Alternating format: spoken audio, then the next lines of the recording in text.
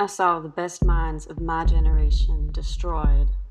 by madness, starving, hysterical, naked, dragging themselves through the Negro streets at dawn, looking for an angry fix. Angel-headed hipsters burning for the ancient heavenly connection to the starry dynamo in the machinery of night, who poverty and tatters and hollow-eyed and half-set up smoking in the supernatural darkness of cold water flats, floating across the tops of cities, contemplating jazz, who bared their brains to heaven under the L and saw Mohammedan angels staggering on tenement roofs illuminated, who passed through universities with radiant, cool eyes hallucinating Arkansas and Blake Light tragedy among the scholars of war, who were expelled from the academies for crazy and publishing obscene odes on the windows of the skull, who cowered in unshaven rooms in the underwear, burning their money in wastebaskets and listening to the terror through the wall, who got busted in their pubic beards, returning through Laredo with a belt of marijuana for New York, who ate fire in paint hotels or drank turpentine in Paradise Alley, death or purgatory their torsos night after night, with dreams, with drugs, with waking nightmares, alcohol and cock and endless balls incomparable, blind streets of shuddering cloud and lightning in the mind leaping toward poles of Canada and Patterson, illuminating all the motionless world of time between. Peyote solidities of Howl's, backyard green trees, cemetery dawns, wine drunkenness over the rooftops, storefront burrows of tea-head joyride, neon blinking traffic lights, sun and moon and tree vibrations in the roaring winter dusks of Brooklyn, ashcan rantings and kind king light of mine who chain themselves to subways for the endless ride from Battery to Holy Bronx on Benzedrine until the noise of wheels and children brought them down shuddering, mouth-racked and battered bleak of brain, all drained of brilliance in the drear light of Zoo, who sang all night in submarine light of Bickford's floated out and sat through the stale beer afternoon in desolate fugazis listening to the crack of doom on the hydrogen jukebox, who talked continuously 70 hours from park to pat to part of Bellevue to museum to the Brooklyn Bridge, a lost battalion of platonic conversationalists jumping down the stoops, off fire escapes, off windowsills, off Empire State, out of the moon, yakety-yakking, screaming, vomiting, whispering facts and memories and anecdotes and eyeball kicks, whole intellects disgorged in total recall for 7 days and nights, with brilliant eyes. Meet for the synagogue cast on the pavement, who vanished into nowhere, Zen, New Jersey, leaving a trail of ambiguous picture postcards of Atlantic City Hall, suffering eastern sweats and Tangerian bone grindings and migraines of China under junk withdrawal in Newark's bleak furnished room, who wandered around and around at midnight in the railroad yard wondering where to go, and went, leaving no broken hearts, who lit cigarettes in boxcars, racketing through snow towards lonesome farms in Grandfather Night, who studied Plotinus Poe, St. John of the Cross, telepathy, and Bob Kabbalah because the cosmos instinctively vibrated at their feet in Kansas, who loaned it through the streets of Idaho, seeking visionary Indian angels who were visionary Indian angels who thought they were only mad when Baltimore gleamed in supernatural ecstasy,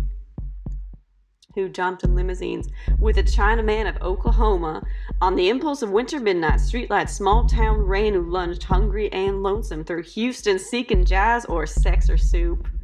and followed the brilliant Spaniard to converse about America and eternity,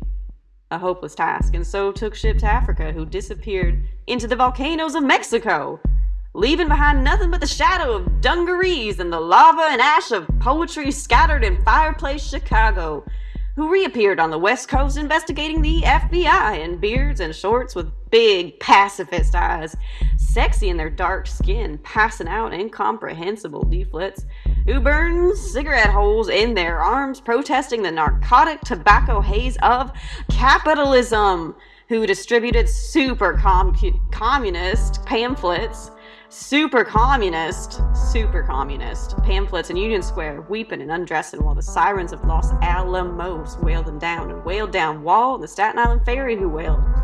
who broke down crying in white gymnasiums, naked and trembling before the machinery of other skeletons,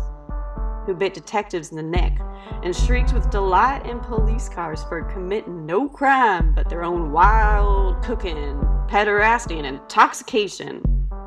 who howled on their knees in the subway and were dragged off the roof waving genitals and manuscripts,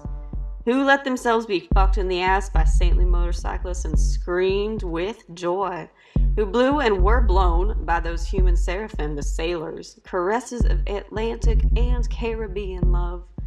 who bawled in the morning, in the evenings, in rose gardens and the grass of public parks and cemeteries, scattering their semen freely to whomever come who may,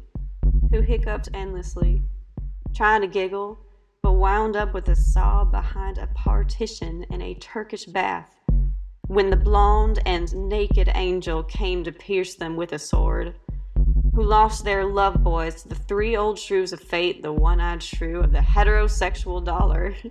the one-eyed shrew that winks out of the womb, and the one-eyed shrew that does nothing but sit on her ass and snip the intellectual golden threads of the craftsman's loom, who copulated ecstatic and insatiate with a bottle of beer, a sweetheart, a package of cigarettes, a candle, and fell off the bed, and continued along the floor and down the hall, and ended fainting on the wall with the vision of ultimate cunt, and come eluding the last gizm of consciousness,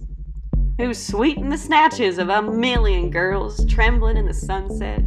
and were red-eyed in the morning, but prepared to sweeten the snatch of the sunrise, flashing buttocks under barns and naked in the lake,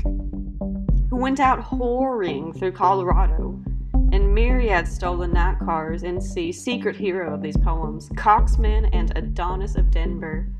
joy to the memory of his innumerable lay of girls, in empty lots and diner backyards, movie houses, rickety rows, on mountaintops and caves, or with gaunt waitresses and familiar roadside lonely petticoat upliftings, and especially secret gas station solipsisms of Johns and hometown alleys too, have faded out in vast sordid movies, were shifted in dreams, woke on a sudden Manhattan, picked themselves up out of basements, hung over with heartless tokay and horrors of Third Avenue iron dreams, and stumbled to unemployment offices, who walked all night with their shoes full of blood on the snowbank docks, waiting for a door in the East River to open to a room full of steam heat and opium, who created great suicidal dramas on the apartment cliff banks of the Hudson under the wartime blue floodlight of the moon, and their heads shall be crowned with laurel in oblivion, who ate the lamb stew of the imagination or digested the crab at the muddy bottoms of the rivers of the Bowery, who wept at the romance of the streets with their pushcarts full of onions and bad music, who sat in boxes breathing in the darkness under the bridge and rose up to build harpsichords in their lofts, who coughed on the 6th floor of Harlem, crowned with flame under the tubercular sky, surrounded by orange crates of theology, who scribbled all night rocking and rolling over lofty incantations, which in the yellow morning were stanzas of gibberish, who cooked rotten animals, lung, heart, feet, tail, borscht, and tortillas, dreaming of the pure vegetable kingdom, who plunged themselves under meat trucks looking for an egg,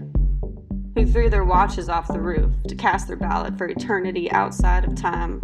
and alarm clocks fell on their heads every day for the next decade, who cut their wrists 3 times successively, unsuccessfully, gave up and were forced to open antique stores where they thought they were growing old and cried, who were burned alive in their innocent flannel suits on Madison Avenue amid blasts of leaden verse and the tanked-up clatter of the iron regiments of fashion and the nitroglycerine shrieks of the fairies of advertising and the mustard gas of sinister, intelligent editors, or run down by the drunken taxicabs of absolute reality. who jumped off the Brooklyn Bridge. This actually happened and walked away unknown and forgotten into the ghostly days of Chinatown soup alleyways and fire trucks. Not even one free beer, who sang out their own windows in despair. Fell out of subway window, jumped in the filthy Passaic, leaped on Negroes, cried all over the street, danced on broken wine glasses barefoot, smashed phonograph records of nostalgic European 1930s German jazz, finished the whiskey and threw up groaning into the bloody toilet. Moans in their ears and the blast of colossal steam whistles, who barreled down the highways of past, journeying to each other's hot-trod Golgotha jails, solitude, Washer Birmingham jazz incarnation. Who drove cross-country 72 hours to find out if I had a vision, or you had a vision, or he had a vision, to find out eternity, who journeyed to Denver, who died in Denver, who came back to Denver and waited in vain, who watched over Denver and brooded and loaned in Denver, and finally went away to find out the time, and now Denver is lonesome for her heroes who fell on their knees in hopeless cathedrals, praying for each other's salvation and light and breasts until the soul illuminated its hair for a second, who crashed through their minds in jail, waiting for impossible criminals with golden heads, and the charm of reality in their hearts, who sang sweet blues to Alcatraz, who retired to Mexico to cultivate a habit, or Rocky Mount to tender Buddha, or Tangiers to Boys, or Southern Pacific to the block locomotive, or Harvard to Narcissus, to Woodlawn to the daisy chain or grave, who demanded saintly trials, accusing the radio of hypnotism, and were left with their insanity in their hands and a hung jury, who threw potato salad at the CCNY lecturers on Dadaism, and subsequently presented themselves on the granite steps of the madhouse with shaven heads and harlequin speech of suicide, demanding instantaneous lobotomy, and who were given instead the concrete void of insulin, metrazole, electricity, hydrotherapy, psychotherapy, occupational therapy, ping pong, and amnesia, who in humorless protest overturned only one symbolic ping pong table, resting briefly in catatonia, returning years later truly bald, except for a wig of blood and tears and fingers, to the visible madman doom of the wards of the mad towns of the East. Pilgrim states, Rocklands, and Greystones, fetid halls, bickering with echoes of the soul. Rockin' and rollin' in the midnight solitude, bench, dolmen, realms of love, dream of life and nightmare. Bodies turned to stone as heavy as the moon. With mother finally, then the last fantastic book flung out the tenement window, and the last door closed at 4 a.m. The last telephone slammed at the wall in reply, and the last furnished room emptied down to the last piece of mental furniture, a yellow paper rose twisted on a wire hanger in the closet, and even that imaginary. Nothing but a hopeful little bit of hallucination. Ah, Carl, while you are not safe, I am not safe. And now you're really in the total animal soup of time.